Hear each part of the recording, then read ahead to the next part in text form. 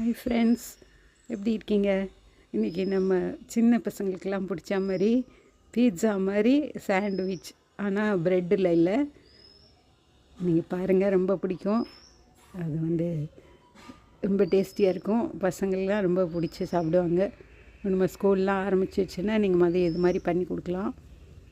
வீணாகவே போகாது. சாயந்தரத்துக்கும் கொடுக்கலாம், இல்லாட்டி ஸ்கூலுக்கும் கட்டி கொடுக்கலாம். ரொம்ப ஃபீலிங்காக இருக்கும். பண்ணி பாருங்கள் எவ்வளோ நல்லா வரும். ரொம்ப டேஸ்டியாக நிறைய காயெல்லாம் போட்டு பண்ணுறதுனால ரொம்ப ஹெல்த்தியாக இருக்கும். பிடிச்சிருந்தால் லைக் பண்ணுங்கள், ஷேர் பண்ணுங்கள், சப்ஸ்கிரைப் பண்ணுங்கள். தேங்க்யூ. பாருங்கள் எவ்வளோ அழகாக வருது. நம்ம சாண்ட்விச் மாதிரியே சாப்பிட்லாம்.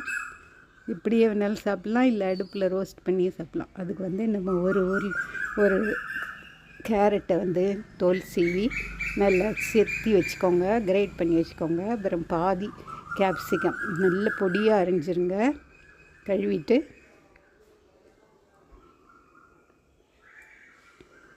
ரொம்ப ஹெல்த்தியான இது ஸ்நாக்ஸுன்னு சொல்கிறதோட பிரேக்ஃபாஸ்ட்டாக சாப்பிட்லாம். பன்னீர் 1/2 லிட்டர் பாலை போட்டு நான் பண்ணியிருக்கேன். அது நான் டிஸ்கிரிப்ஷன் பாக்ஸில் கொடுக்குறேன். அந்த பன்னீரும் இந்த கேரட்டு கேப்சிகம் எல்லாம் கொஞ்சம் உப்பு போட்டு கலந்து வச்சுக்கோங்க. ஒரு உருளைக்கிழங்கு வேக வச்சுக்கணும். அதில் ஒரு டேபிள் ஸ்பூன் எண்ணெய் போட்டு கடுகு ஜீரகம் தாளிச்சிட்டு வெங்காயம்லாம் போட்டுட்டு பட்டாணி இருந்ததுன்னு அதையும் போட்டுட்டு சால்ட்டு கொஞ்சம் போட்டு சில்லி பவுடர், மஞ்சத்தூள், மிளகாத்தூள் எல்லாம் போட்டுட்டு நல்லா சாட்டே பண்ணி ஒரு நிமிஷம் மூடி வச்சுருங்க. அதிலே பட்டாணி வெந்துடும்.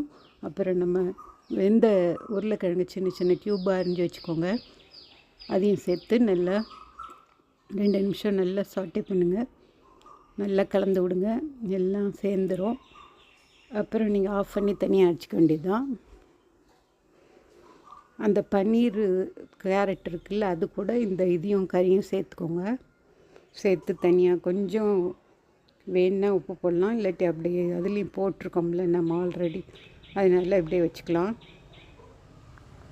தனியாக எடுத்து வச்சுருங்க.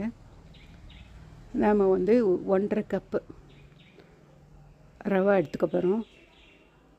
ஒரு பவுலில் எடுத்துட்டு 1 கப்பு தயிர் எடுத்து 1.5 கப்பு பட்டர் மில்க் ஆகணும். 1/2 கப்பு தண்ணி ஊற்றி சேர்த்துங்கன்னா பட்டர் மில்க் ஆகிடும். அதையும் சேர்த்து கொஞ்சம் கொஞ்சமாக கலந்து விடுங்க. கொஞ்சம் கொஞ்சமாக சேருங்க.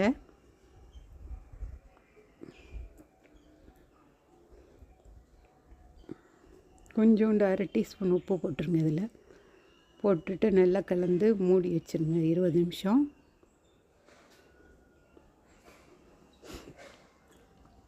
ஒரு இருப்பு சட்டிலையா இல்லை இட்லி பானையில் தண்ணி நல்லா கொதிக்க வச்சு அது மேலே ஸ்டாண்டு போட்டு மூடி வச்சுருங்க. நல்லா கொதிக்கட்டும். நம்ம ஒரு தட்டில் எண்ணெய் தடவிட்டு ஃபுல்லாக பரவலாக இந்த ரவா மிக்ஸ் இருக்குல்ல, அது 20 நிமிஷம் கழித்து அது பார்த்துக்கோங்க. ரொம்ப கட்டியாக இருந்ததுன்னா கொஞ்சம் தண்ணி சேர்த்துக்கோங்க. கலந்துட்டு ஒரு சின்ன மெலுசு லேயராக பண்ணணும். ரொம்ப திக்காக போடாதீங்க. இந்த பாருங்கள், கொஞ்சம் டைம் எடுத்து நல்லா பொறுமையாக அப்படியே தின் லேயராக போடுங்க.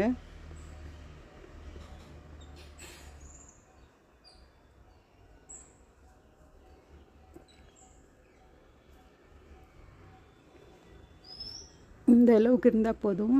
நம்ம கொதிக்க வச்சுருக்க அந்த இருப்பு பானையில், இட்லி பானையில் இதை வச்சுட்டு வேக வைக்க வேண்டியது தான்.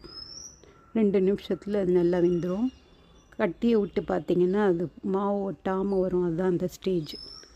நீங்கள் அப்போ அது மேலே டொமேட்டோ சாஸு பரவலாக அந்த ஃபுல்லாக ரவா மிக்ஸு நம்ம பண்ணியிருக்கோம்ல, அது ஃபுல்லாக படுற மாதிரி நல்லா தடவி விட்ருங்க. அப்புறம் நம்ம இந்த பண்ணி வச்சுருக்கோம்ல, பன்னீர், அந்த கேரட்டு, கேப்சிகம் எல்லாம் சேர்த்து ஒரு மிக்சர், உருளைக்கிழங்கு எல்லாம் அதெல்லாம் சேர்த்து இப்படி போட்டுருங்க. மீதி பாதி இந்த ரவை இருக்குல்ல, அதில் கொஞ்சோண்டு ஈனம் கொஞ்சம் பரவாயில்லன்னா போடணுன்னு கட்டாயம் கிடையாது. போட்டிங்கன்னா கொஞ்சம் சாஃப்டாக இருக்கும்.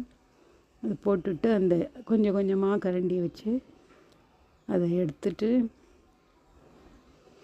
இந்த மாதிரி அது மேலே எல்லா இடமும் தெரியாத மாதிரி எல்லாம் கவர் பண்ணிடுங்க, சுத்தமாக கவர் பண்ணிடுங்க. பாருங்கள், இப்போ எல்லாம் கவர் ஆகிடுச்சு. இப்போ 3லேருந்து 5 நிமிஷம் அதை மூடி வச்சு வேக வைக்கணும்.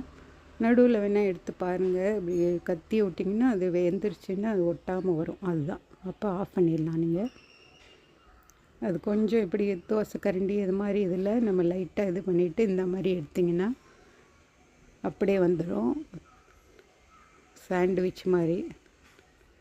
பாருங்கள், அழகாக அப்படியே கட் பண்ணிடலாம் ஈஸியாக. நல்லா ஃபில்லிங்காக இருக்கும், பசங்களுக்கெல்லாம் ரொம்ப பிடிக்கும். அதில் சாஸ்லாம் இருக்கிறதுனால அது வேறு டேஸ்ட்டாக இருக்கும், ரொம்ப பிடிக்கும். அது 1 டீஸ்பூன் வந்து எண்ணெய் போட்டுட்டு கடுகு ஜீரகம் தாளிச்சிட்டு